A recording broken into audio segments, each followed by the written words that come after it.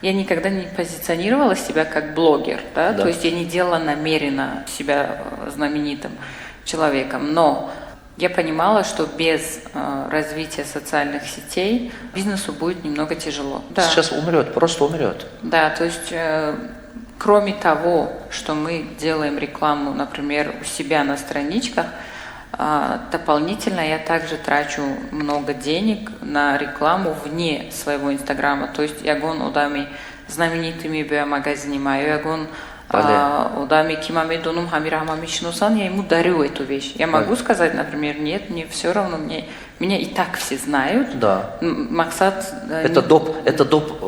Маркетинг, да, дополнительный да. маркетинговый То есть инструмент. Нельзя экономить, потому что даже как все знают, ами Макдональдсам Харсол выделяет миллионы долларов на рекламу. Агане хамамешнуса Макдональдс. Им не нужна эта реклама, но они все равно это делают. Почему? Потому что есть другие конкуренты.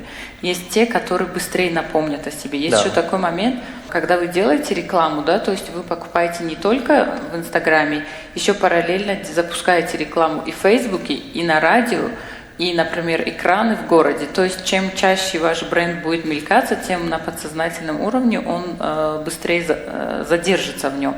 И когда вот один раз, два раза где-то услышал, увидел, то есть уже остается узнаваемость своего бренда.